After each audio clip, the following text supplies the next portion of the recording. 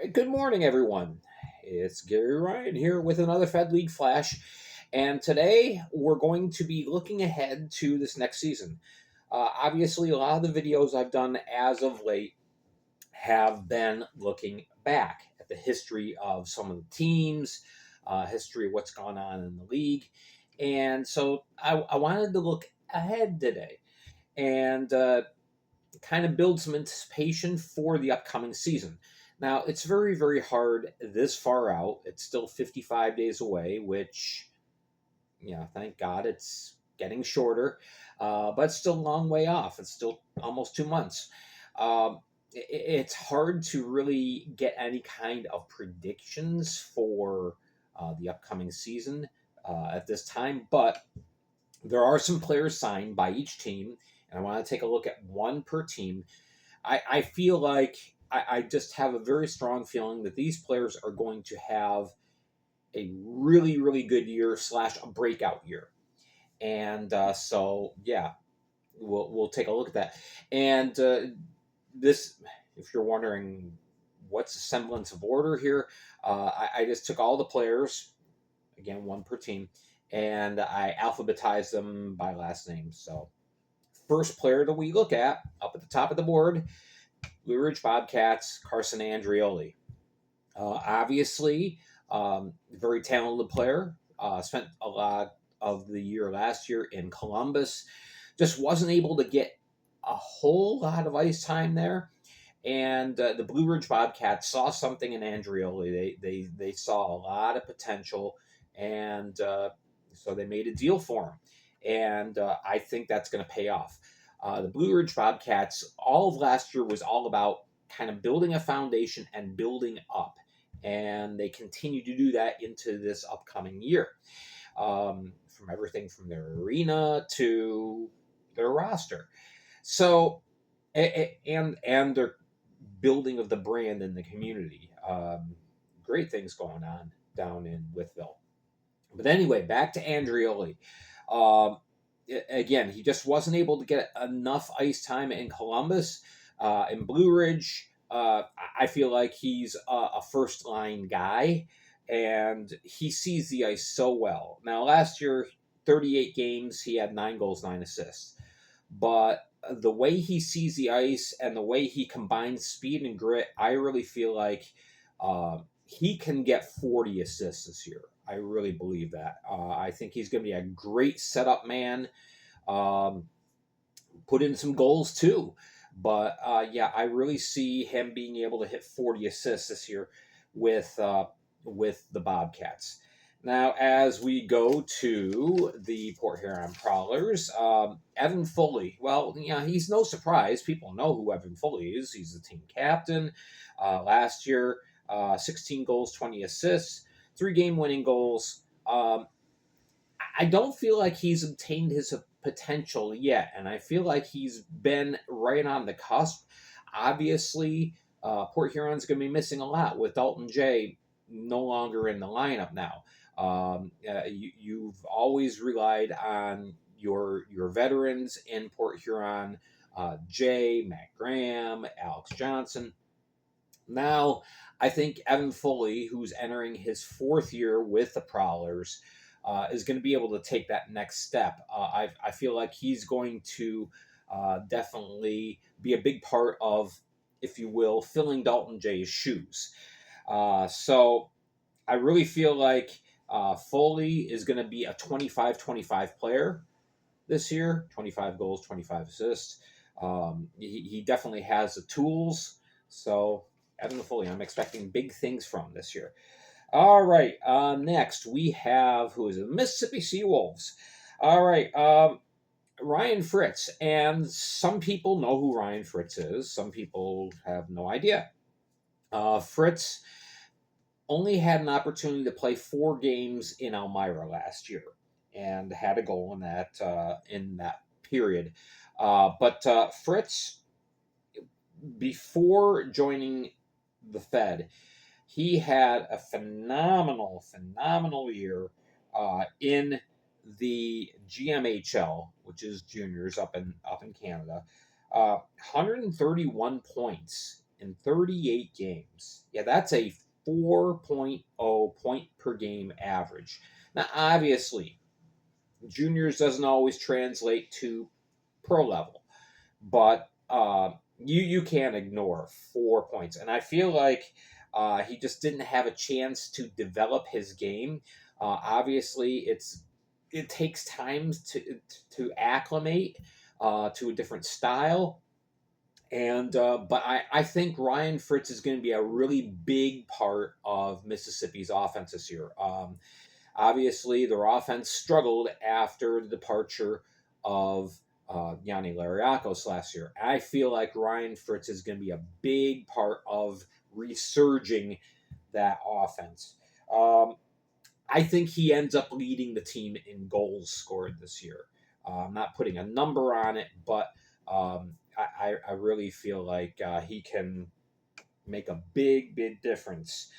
Here's a guy who has Allen Cup experience, played in the Allen Cup this last year, so he definitely made the most of his year last year. All right, for the Danbury hat tricks, Kyle Gonzalez. Now, if you've been following the Fed for quite a while, you know who Kyle Gonzalez is. Um, He's, they're big defensive men. He's an assistant captain. He's an associate coach. Gonzalez, next to Johnny Ruiz, Gonzalez has probably meant more to the Danbury Hat Trick franchise than any other player. Gonzalez is a great leader, but his style of play is very much like Chris Letang in his prime for the Pittsburgh Penguins. Obviously, can chip in a lot of points. He can quarterback that power play. He sets things up very well, sees everything very well. It doesn't score a lot of goals, but he gets a lot of assists. And more importantly, for a defenseman, he really shuts things down in his own end. Despite his offensive abilities, his big thing is how he plays in his own end, clearing the puck, keeping the crease clear. So I think he's going to end up being one of the plus minus leaders, not just for the hat tricks, but for the league. He missed a lot of time last year with injury. He was only able to get into 19 games. It was very unfortunate. And I think if he was able to play more games, I think Danbury's record probably would have reflected it a little bit more. I think they would have finished a little higher in the standings. But having Gonzo out of the lineup, it hurt them at times. Not by any fault of his. I mean, he couldn't help being hurt.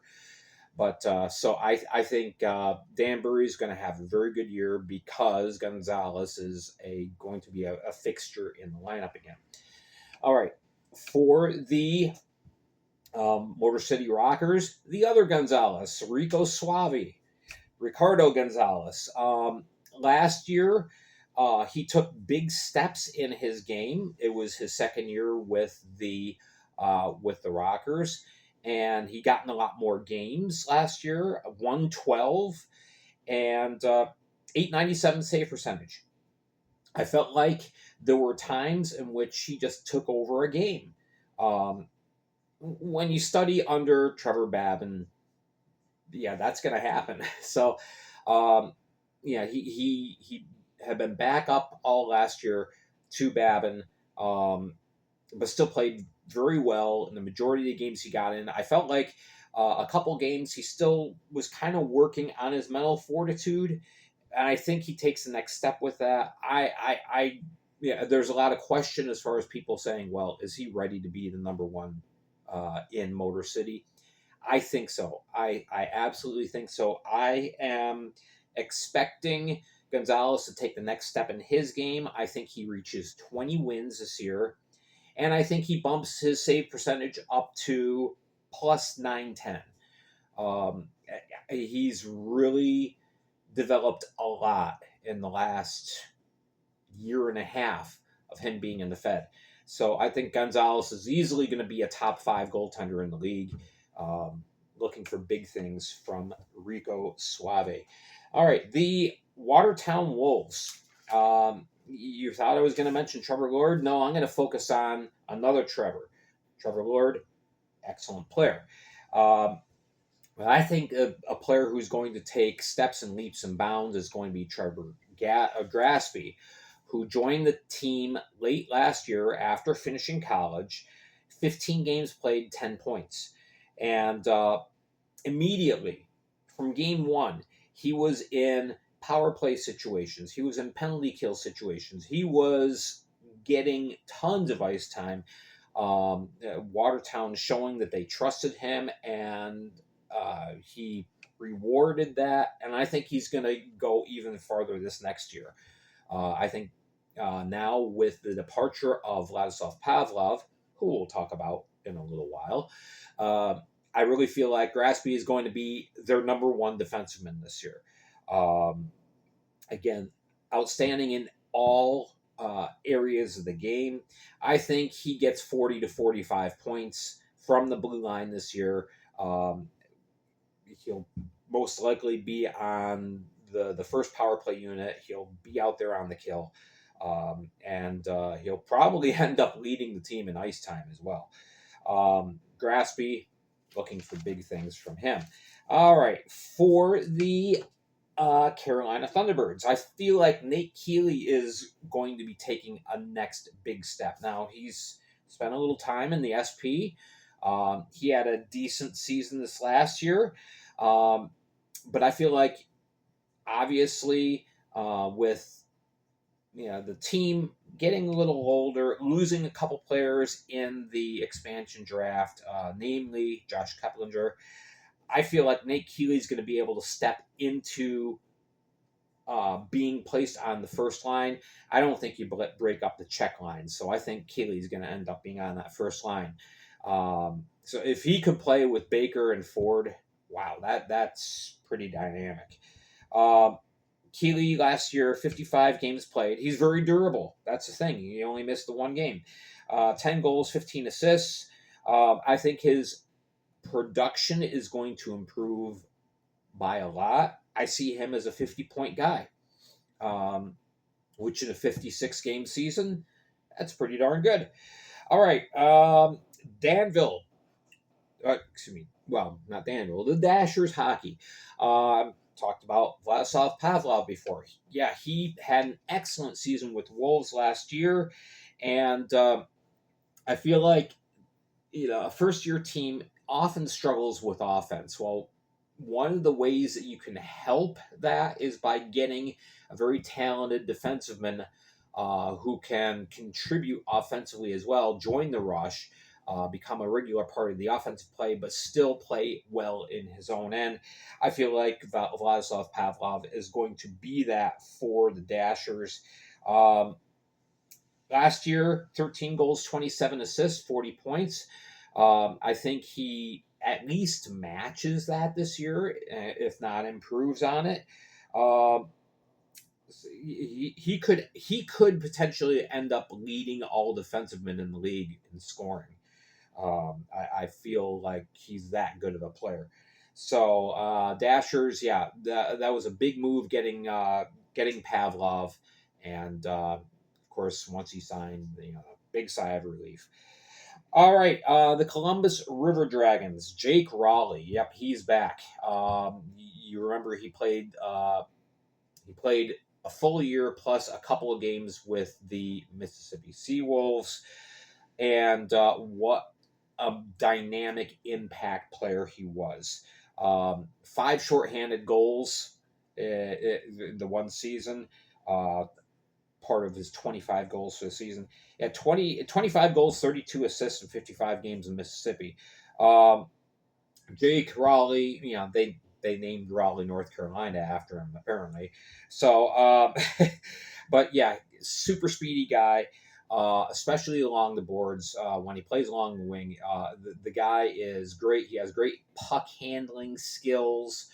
I think he is going to be a huge, huge part of the River Dragon season if J-Mac comes back, which it's expected he will. Yeah, J Mac is your big offensive guy, but I think Raleigh could end up being the team's second leading scorer this year. Um, dynamic player, and so glad that he's back in the Fed. All right, let's move this along. Number 10. Uh, yeah, the Baton Rouge Zydeco, Scott Chirac. He was just one of these heart and soul guys last year.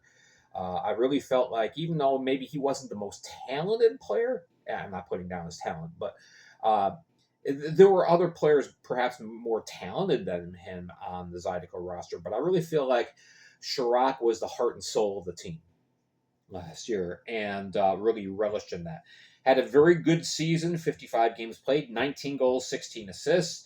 Again, plays in all sorts of situations. He's got a great skill set despite his size.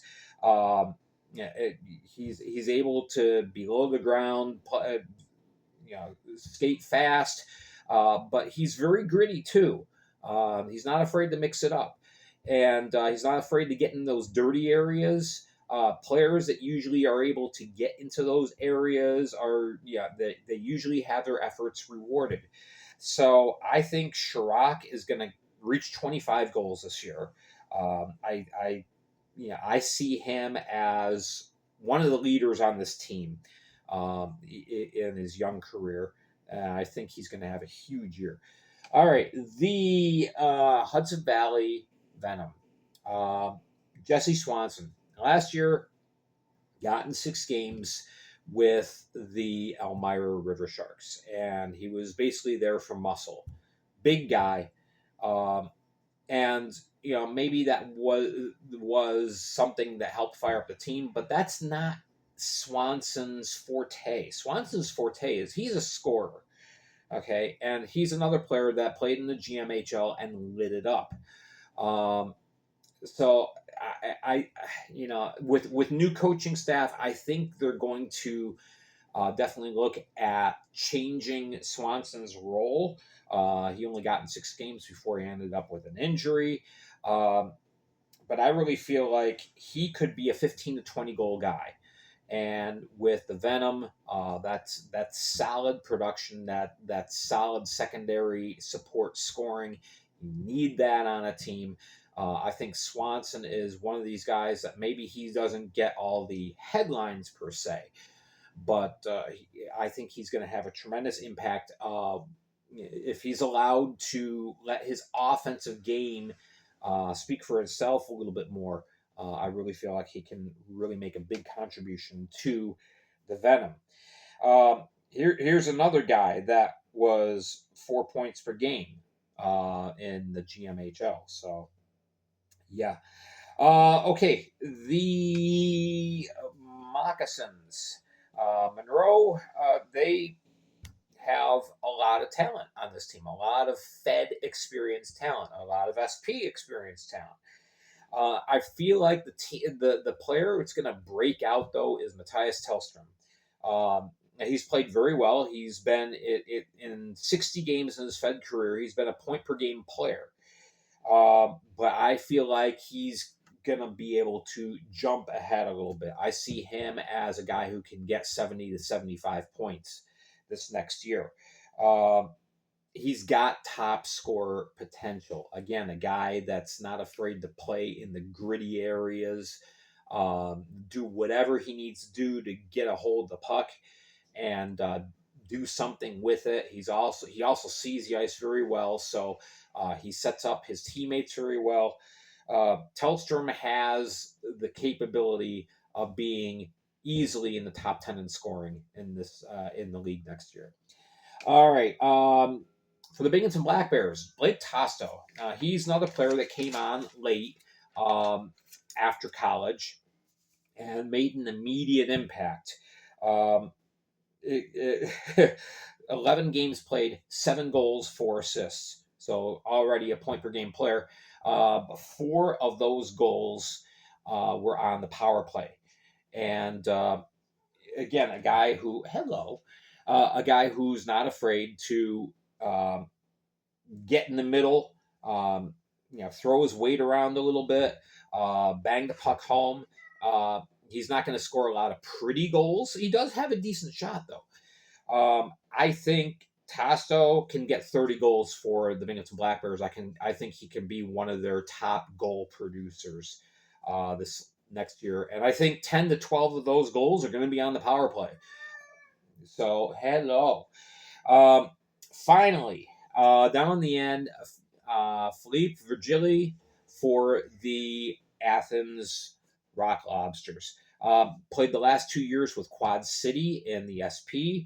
Um, Earned a call up to the Adirondack Thunder of the ECHL for games, scored a goal. In 113 games with the Quad City Storm, he had 25 goals, 31 assists.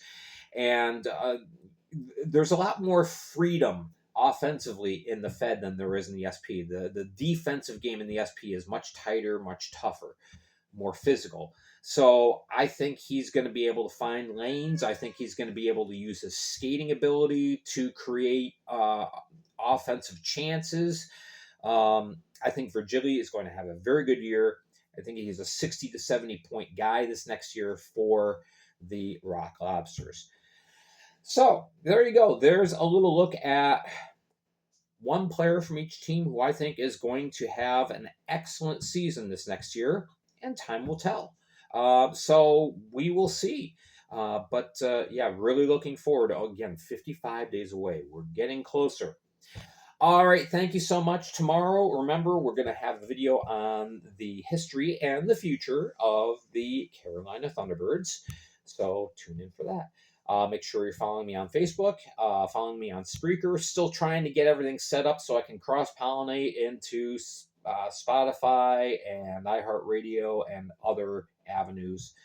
We're getting that kind of worked out. By the start of the season, we'll have that all in the play. All right. Thank you so much for watching. Comment down below who you think is going to have a phenomenal year. Hit like and subscribe. And thank you so much again for watching. We'll see you soon.